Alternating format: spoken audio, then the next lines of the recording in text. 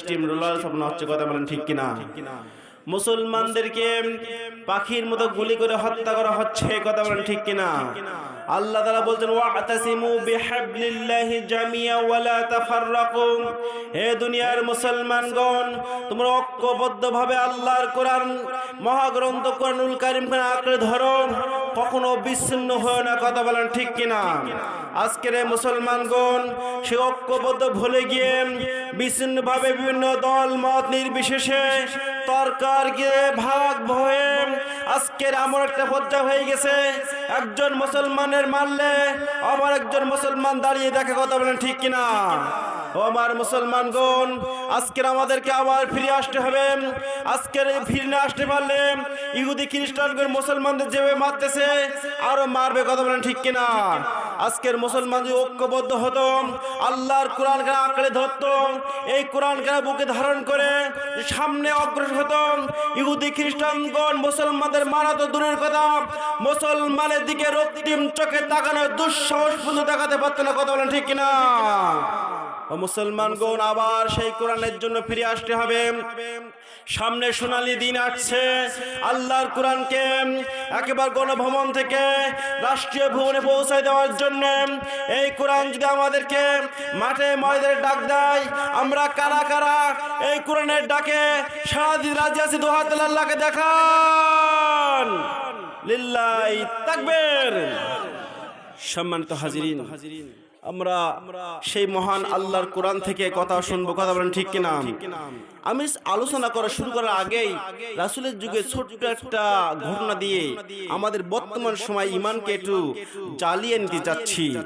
সম্মানিত হাজিরিন, বিশ্ব নবী মুহাম্মদুর রাসূলুল্লাহ সাল্লাল্লাহু আলাইহি সাল্লাম সাহাবীদেরকে ঈমান জজবান করার জন্য সাহাবীদেরকে বললেন, ও সাহাবায়ে কেরামগণ, তোমাদেরকে আল্লাহর জমিনে আল্লাহর দ্বীনটা বাস্তবায়ন করার জন্য, আল্লাহর কোরআনকে এই দ্বীনটা প্রতিষ্ঠা করার জন্য যুদ্ধের ময়দানে তোমাদেরকে যেতে হবে। সাহাবীদেরকে বললেন, ও সাহাবায়ে কেরামগণ, তোমরা তোমাদের সামর্থ্য অনুযায়ী কিছু কিছু করে টাকা এবং জানমাল তোমরা আল্লাহর রাস্তায় লিখে দাও। যদি বলেন না সুবহানাল্লাহ। আল্লাহ বললেন, ইন্নাল্লাহা আশতারা মিনাল মুমিনিনা আনফুসাহুম ওয়া আমওয়ালাহুম বিআন্না লাহুমুল জান্নাহ।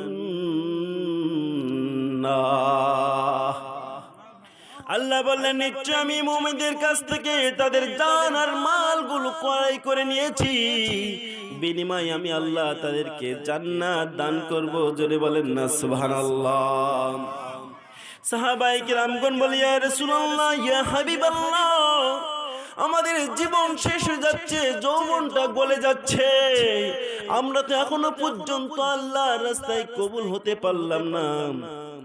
ইয়া রাসূলুল্লাহ, ইয়া হাবিবাল্লাহ, আপনি আমাদের জন্য দোয়া করুন, আগামীতে যেন আমরা আল্লাহর দ্বীনের জন্য শাহাদাতের মৃত্যুবরণ করতে পারি। সাহাবায়ে কিরামগণ বললেন, ও রাসূল, আমাদের জন্য দোয়া করুন। আল্লাহ রাসূল বললেন, ও সাহাবায়ে কিরামগণ, তোমাদেরকে তাবুক যুদ্ধের ময়দানে যেতে হবে। এই যুদ্ধের ময়দানে গিয়ে নিজেদের জান এবং মালগুলো আল্লাহর রাস্তায় কুরবানি করতে হবে। জোরে বলেন না সুবহানাল্লাহ।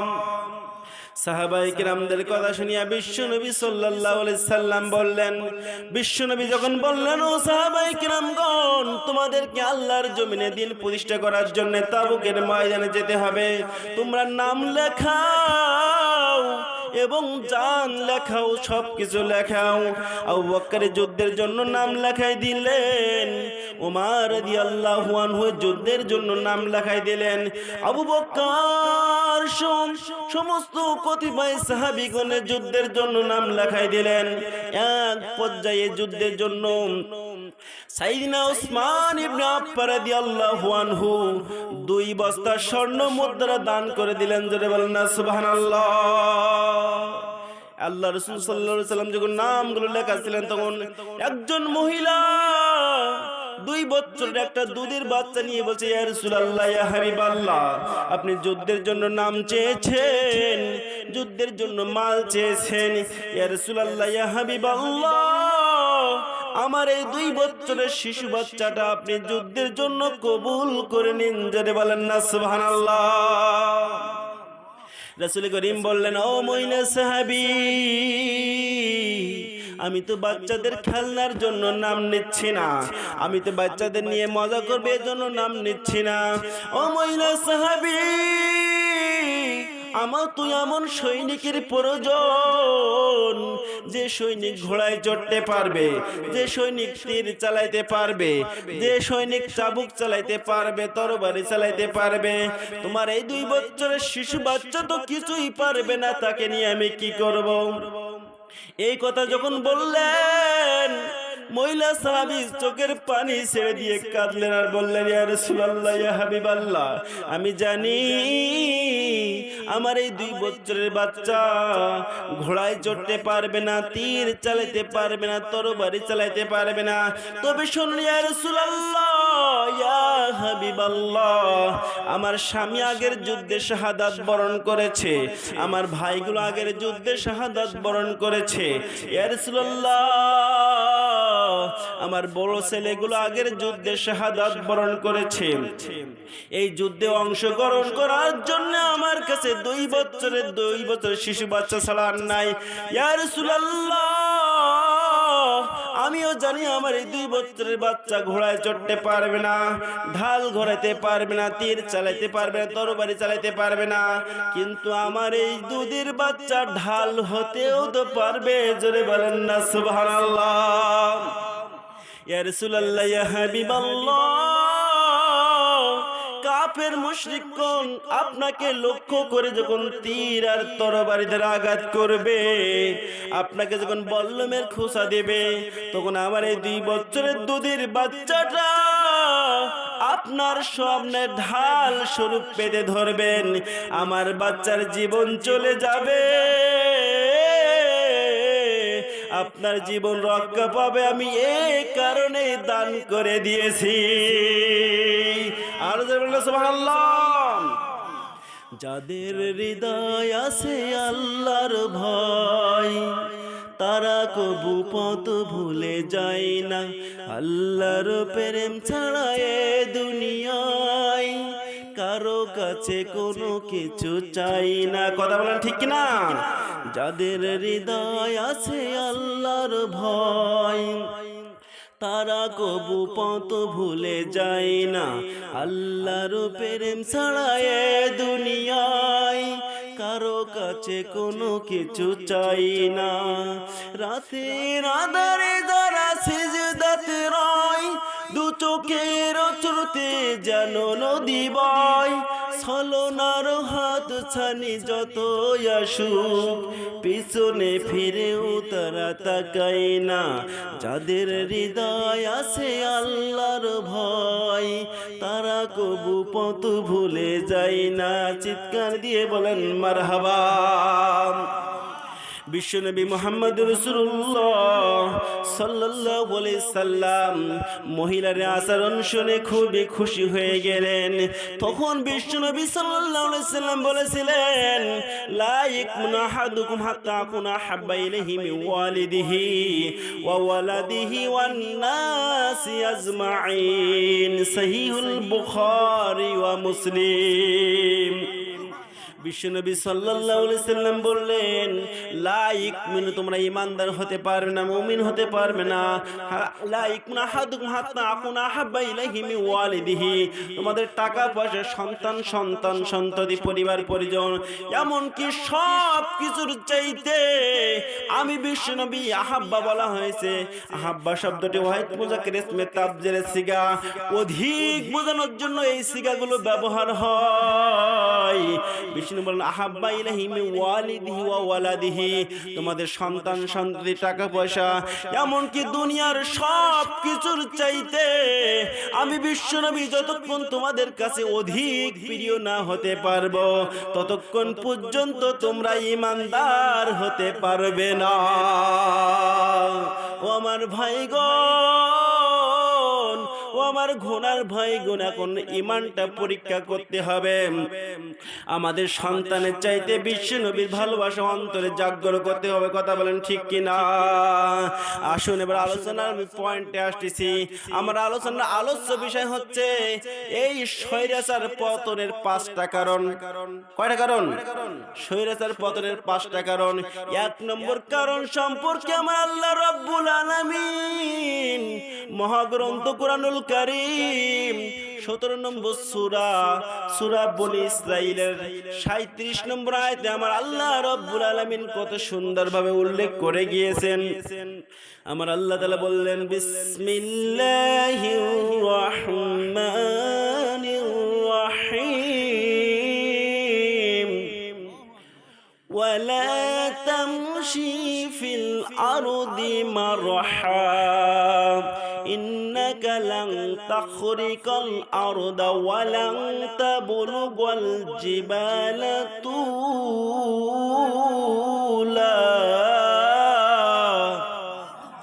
আমার আল্লাহ বললেন, হে দুনিয়ার মানুষ, ওয়ালা তামশি ফিল আরদি মারহা, তোমরা এই দুনিয়ার মধ্যে অহংকার করে দাঙ্গা হাঙ্গামা করো না। জোরে বলেন না সুবহানাল্লাহ। ইন্নাকা লান তাখরিকাল আরদা, দুনিয়ায় তোমরা যতই অহংকার করো না কেন, যতই দাম্ভিকতা করো না কেন, তোমরা লাথি দিয়ে জমিনকে ফাটাই ফেলতে পারবে না। জোরে বলেন না সুবহানাল্লাহ। ওয়ালান তাবলুগাল জিবালা তুলা, এমনকি অহংকার করেও তোমরা কখনো পাহাড়ের সমপর্যায়ে উঠতে পারবে না। কথা বলেন ঠিক কিনা? 1 নম্বর অহংকার করুন, আল্লাহ নিষেধ করছেন। যে বা যারা অহংকার করেছে আল্লাহ তাদের পতন ঘটিয়ে দিয়েছে। কথা বলেন ঠিক কিনা? আমরা জানি গত 5 আগস্টের আগে স্বৈরাচার জালিম সরকার খুনি হাসিনা অহংকারে দাপট দেখিয়ে দিয়েছিল। মনে করেছিল আমরা এই ক্ষমতার মসনদে বসেছি, দুনিয়ার কোন শক্তি আমাদেরকে এই ক্ষমতা থেকে সরাতে পারবে না। কথা বলেন ঠিক কিনা? কিন্তু আল্লাহ তাআলা বললেন, তারা অহংকার করেছে, আমি তাদের ক্ষমতার মানদণ্ড থেকে ঘাড় ধরে নামিয়ে দিয়েছি। কথা বলেন ঠিক কিনা? সম্মানিত হাজিরিন, এই খুনি হাসিনা একটু চলে যাওয়ার কারণে আমরা একটু আনন্দিত হয়েছে কিনা? তাই আল্লাহর দরবারে শুকরিয়া। আল্লাহ তোমার দরবারেতে লাখো শুকরিয়া, স্বৈরাচার পালাইছে হে দেশটা ছাড়িয়া, সকলের মুখে হাসি আসলো ফিরিয়া। কথা বলেন ঠিক কিনা? আল্লাহ তোমার দরবারেতে লাখো শুকরিয়া, স্বৈরাচার পালাইছে হে দেশটা ছাড়িয়া, সকলের মুখে হাসি আসলো ফিরিয়া। কোথায় আমলিক, কোথায় কাদের কাকা, কোথায় গেল ওই জালিমের গরম গরম কথা?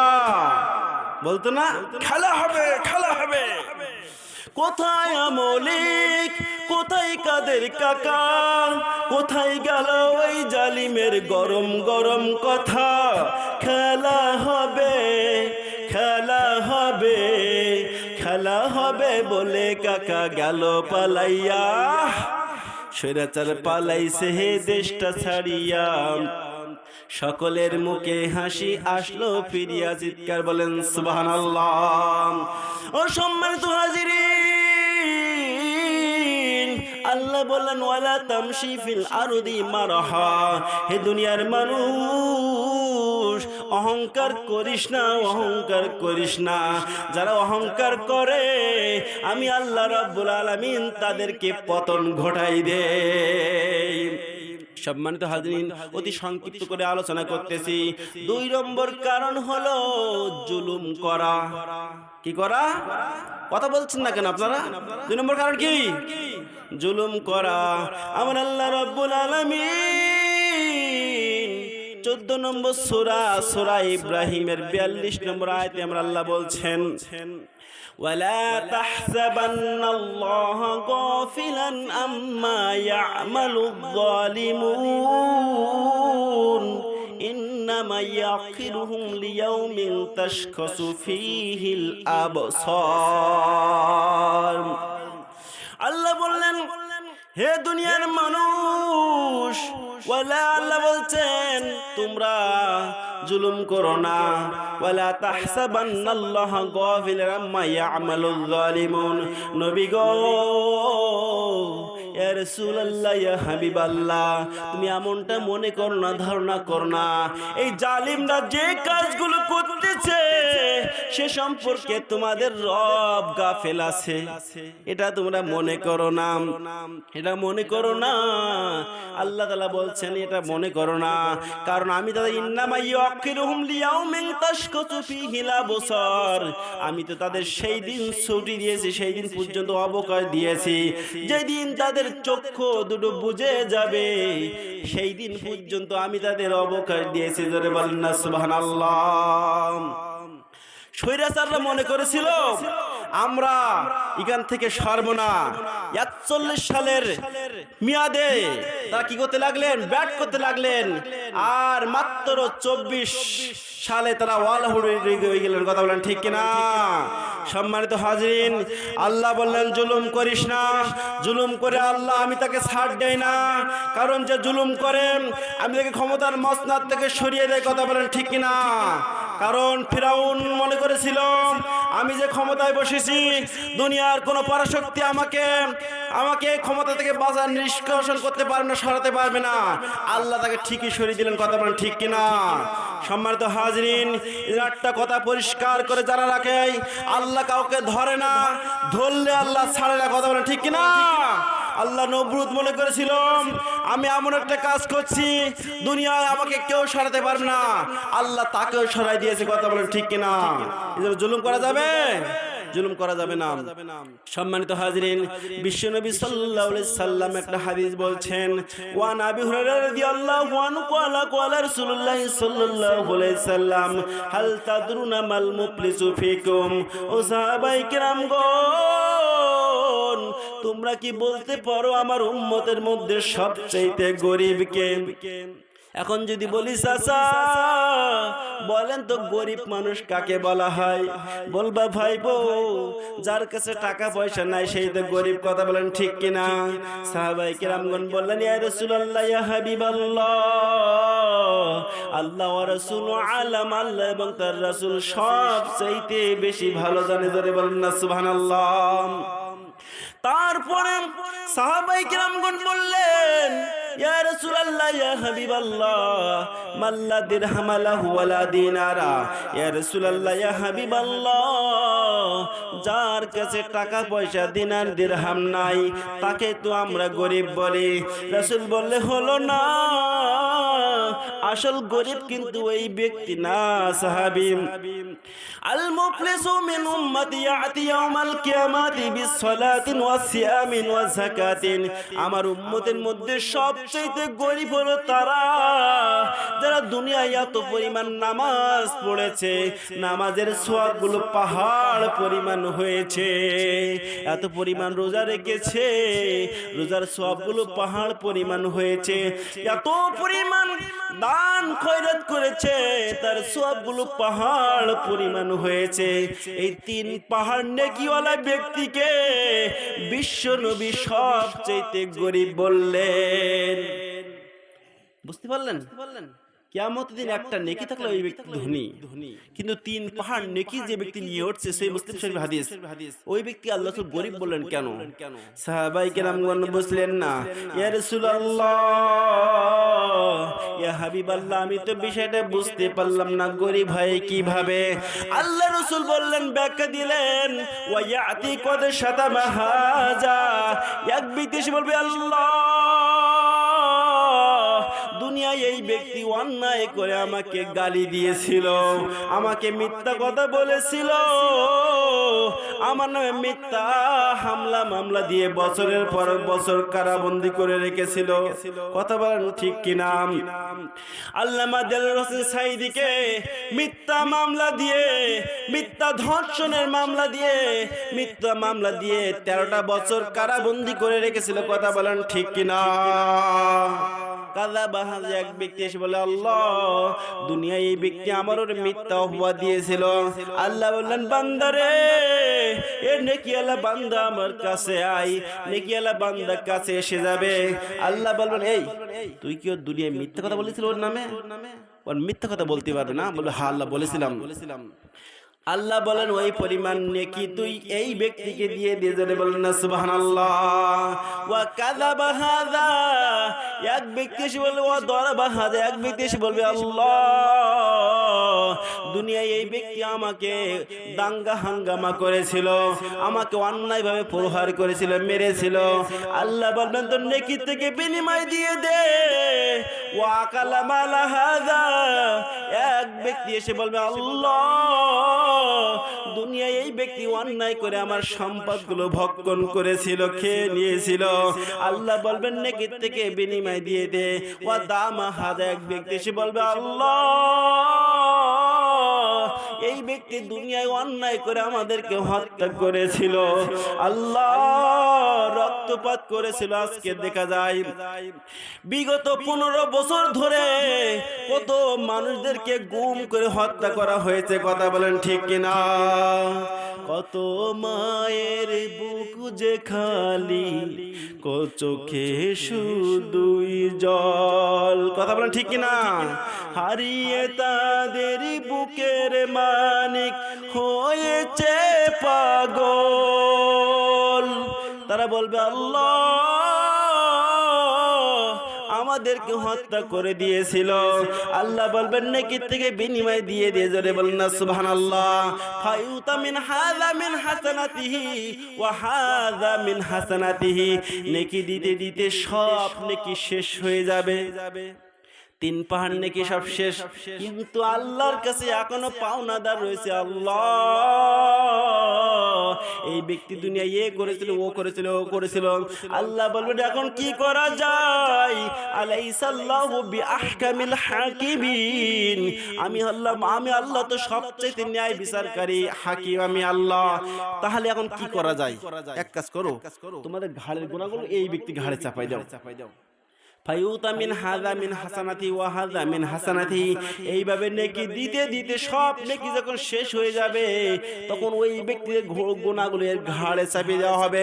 উকিলা মিন কদায়াহুম সুম্মা তুরিহা ফিন্নার আল্লাহ বলবেন এ আমার জাহান্নামী ফেরেশতাগণ আর তোরা দেরি করিস না, এই ব্যক্তিকে ধর আর শিকলাবদ্ধ কর এবং জাহান্নামের মধ্যে কে নিক্ষেপ কর। জোরে বললেন নাউযুবিল্লাহ। সেই মুসলিম শরীফ থেকে হাদিসটা আপনাদেরকে শোনাইলাম। সম্মানিত হাজিরিন, এইজন্য আল্লাহ ছাড় দেয় না, আল্লাহ কাউকে ছাড় দেয় না, আল্লাহ তাকে ধরলে আল্লাহ ছাড় দেয় না। আল্লাহ ফিরাউনকে ধরেছিল, দুনিয়ার কোন শক্তি আল্লাহর কাছ থেকে ফিরাউনকে ছাড়াতে পারে নাই। আল্লাহ নমরুদকে ধরেছিল, দুনিয়ার কোন শক্তি আল্লাহর কাছ থেকে নমরুদকে ছাড়াতে পারে নাই। আল্লাহ আবু জেহেলকে ধরেছিল, দুনিয়ার কোন শক্তি আল্লাহর কাছ থেকে আবু জেহেলকে ছাড়াতে পারে নাই। আল্লাহ খুরি হাসিনাকে ধরেছে, এই জন্য সামান্য কাপড়টা ছাড়া গাড্ডি গুটি নিয়ে ভারতে পালাই গেছে, বেশি কাপড়গুলো নিয়ে যেতে পারলো না, কথা বলেন ঠিক না? এই জন্য কবির ভাষায় একটা কথা না বললে নাই যে আমার বুবু খাইছে ধরা এখন তো আর রক্ষা নাই, হাসিনা নাই দেশে নাই পালাই গেছে ইন্ডিয়ায়, কথা বলেন ঠিক না? আমার বুবু খাইছে ধরা এবার তো আর রক্ষা নাই, হাসিনা নাই দেশে নাই পালাই গেছে ইন্ডিয়ায়, হাসিনা নাই দেশে নাই পালাই গেছে ইন্ডিয়ায়। দিল্লি বুবু মামার বাড়ি ওরে সীতাই বুবু দিছে পাড়ি, দিল্লি বুবু মামার বাড়ি ওরে সীতাই বুবু দিছে পাড়ি। বীর জনতা জাগছে এবার, বীর জনতা জাগছে এবার, বীর জনতা জাগছে এবার, বুবু তোমার ফাঁসি চাই, ঠিক না? হাসিনা নাই দেশে নাই পালাই গেছে ইন্ডিয়ায়, হাসিনা নাই দেশে নাই পালাই গেছে ইন্ডিয়ায়। বুবু এই দেশে তোমার ঠিকানা, ওরে এই জন্মে আর হবে না। কত মানুষ মারছো তুমি, কত মানুষ মারছো তুমি, কত মানুষ মারছো তুমি, জনতা জানতে চাই। হাসিনা নাই দেশে নাই পালাই গেছে ইন্ডিয়ায়, কথা বলেন ঠিক কিনা? সম্মানিত হাজিরিন, আমরা ইতিহাস থেকে দুইটা ভয়ঙ্কর কারাগারের নাম জানি। কয়টা? দুইটা। এক নম্বর আবু ঘরিব কারাগার, দুই নম্বর গোয়েন্তানামা কারাগার, দুইটা বাইরের দেশে। কিন্তু যখন বাংলাদেশের আয়নাগরের সন্ধান আমরা জানতে পারলাম, তখন আমার মনে হয় আবু ঘরিব কারাগারের চাইতে জঘন্য কারাগার, গোয়েন্তানামা কারাগারের চাইতে জঘন্য কারাগার বাংলার জমিনে স্বৈরাচার খুনি হাসিনার আয়নাঘর, কথা বলেন ঠিক কিনা? কত মানুষকে আয়নাঘরের মধ্যে হত্যা করেছে, তার ভিডিও ফুটেজগুলো আপনারা দেখতে পেয়েছেন, কথা বলেন ঠিক কিনা? তাহলে দুই নম্বর পরাজয়ের কারণ কি বলেন? জুলুম। আপনারা শুনতেছেন না কি করতেছেন?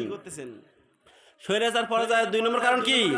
জুলুম। তিন নম্বর অপবাদ। সম্মানিত হাজিরিন, আল্লাহ রাব্বুল আলামিন বললেন তোমরা অপবাদ দিও না। সূরা নূরের 4 নম্বর আয়াতে আল্লাহ তাআলা এই কথা বলেছেন, যারা সতী সাধ্বী নারীর প্রতি জিনা ব্যভিচারের অপবাদ দিও না। আল্লামা দেলোয়ার হোসেন সাইদি রাহিমাহুল্লাহ এই মহান একজন ব্যক্তিকে জিনা ব্যভিচারের অপবাদ দিয়েছিল, কথা বলেন ঠিক কিনা? দেখেন অপবাদ নিয়মটা কোথা থেকে চালু হলো? এই অপবাদ দেওয়ার নামও চালুটা করছিল মিস্টার কারুন। কারুনের নাম শুনেছেন আপনারা? আল্লাহর নবী মুসা আলাইহিস সালাতু ওয়াস সালাম যখন দ্বীনের দাওয়াত দিতে লাগলেন, ইন্নাদ দীনা ইনদাল্লাহিল ইসলাম, নিশ্চয় আল্লাহর কাছে একমাত্র মনোনীত দ্বীন ধর্ম হচ্ছে ইসলাম। জোরে বলেন না সুবহানাল্লাহ। আল্লাহর নবী মুসা আলাইহিস সালাতু ওয়াস সালাম যখন ইসলামের দাওয়াত দিতে লাগলেন, সে সময় এই মুসা নবীর দাওয়াতকে বিগড়িত করার জন্য, বন্ধ করার জন্য কারণ বলল, সেই সময় একজন গায়িকা ছিল, একজন পতিতা ছিল। এই পতিতাকে ডাকলেন, এ পতিতা, তোমাকে একটা কাজ করতে হবে, বিনিময়ে তোমাকে আমি 100 স্বর্ণ মুদ্রা দিব। জোরে বলেন নাউজুবিল্লাহ। সে পতিতা বলল, কাজ কি আমার? বলছে ফিরাউন আগামীকাল তার এই জনসভায় ভাষণ দেবে, সেই সময় তুমি যখন তার ভাষণ এক কথায় মাঝ পর্যায়ে এসে যাবে, সেই সময় তুমি বলবা কি যে আমি একটা কথা বলতে চাই।